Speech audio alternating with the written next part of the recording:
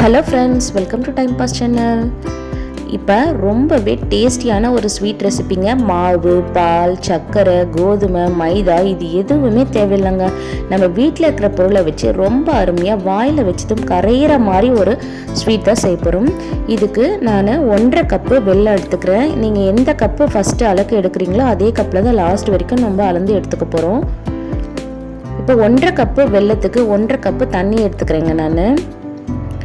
நம்ம வெல்லம் பாகு எடுக்க போகிறது இல்லை, வெல்லத்தை கரைச்சி எடுத்துக்க போகிறோம். ஸ்டவ்வில் வச்சு லைட்டாக ஹீட் பண்ணி வெல்லம் கரைஞ்சதும் நம்ம ஃபில்ட்ரு பண்ணி வெல்லம் தண்ணியை எடுத்துக்கலாம். இந்த தண்ணியை வச்சு தான் இந்த ஸ்வீட் இப்போ நம்ம செய்ய போகிறோம்.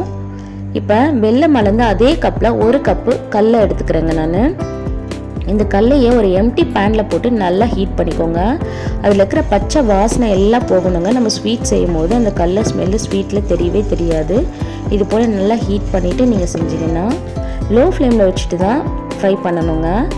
ஆறின பிறகு ஒரு மிக்ஸி ஜாருக்கு மாற்றிக்கிட்டு நல்லா ஃபைன் பவுடராக இதை பண்ணிக்கணுங்க. இந்த ஸ்டேஜில் நீங்கள் இது கூட 2 ஏலக்காய் சேர்த்துக்கோங்க. உங்ககிட்ட ஏலக்காய் பவுடர் இருந்தால் நீங்கள் அப்படியே சேர்த்துக்கலாம், இல்லைனா இந்த ஸ்டேஜில் 2 ஏலக்காய் சேர்த்துக்கோங்க. உங்களுக்கு நல்ல பவுடராக நைஸாக கிடைக்கலன்னா நீங்கள் சலிச்சு எடுத்துக்கோங்க. முக்கியமாக கொரகொரப்பாக இருக்கவே கூடாது, நல்ல நைஸ் பவுடராக இருக்கணுங்க. இப்போ அதே பேனில் நீங்கள் எந்த கப்பில் கல்லை அளந்தீங்களோ அதே கப்பில் 1/4 கப் அளவு எண்ணெயும் நெய்யும் கலந்து எடுத்துக்கிறேங்க. இப்போ பேனில் சேர்த்தாச்சு. ஹீட் ஆனதும் நம்ம ரெடி பண்ணி வச்சுருக்கிற பவுடரையும் இதில் சேர்த்து நல்லா கலந்து கொடுங்க.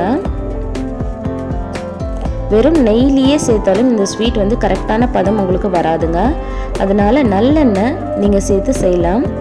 எண்ணெய்னு சேர்த்தாச்சுன்னா நீங்கள் நல்லெண்ணெய் சேர்த்துக்கோங்க. நெய்யும் நல்லெண்ணையும் மிக்ஸ் பண்ணிவிட்டு செஞ்சிங்கன்னா டேஸ்ட்டாக ரொம்பவே நல்லாயிருக்குங்க. எண்ணெயும் நெய்யும் மாவோடு மிக்ஸ் ஆகிற மாதிரி கலந்து கொடுத்துட்டு அப்புறம் வெல்லம் தண்ணியை நம்ம 3 முறையாக சேர்த்துக்க போகிறோங்க. 3 பாகமாக பிரிச்சுக்கோங்க. கொஞ்சம் கொஞ்சமாக 3 டைம் சேர்க்கணும். நீங்கள் ஒரே டைமாக மொத்தமும் சேர்த்துட போகிறீங்க. இப்போ ஒரு டைம் நான் சேர்த்துருக்கேன். எல்லாமே நல்லா மிக்ஸ் பண்ணி கொடுங்க. இது கட்டியெல்லாம் படாது.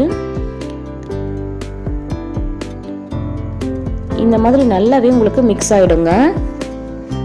இப்போ எல்லாமே நல்லா மிக்ஸ் ஆன பிறகு 2வது ஸ்டேஜுக்கு நம்ம ஒரு முறை சேர்த்துக்கலாம்.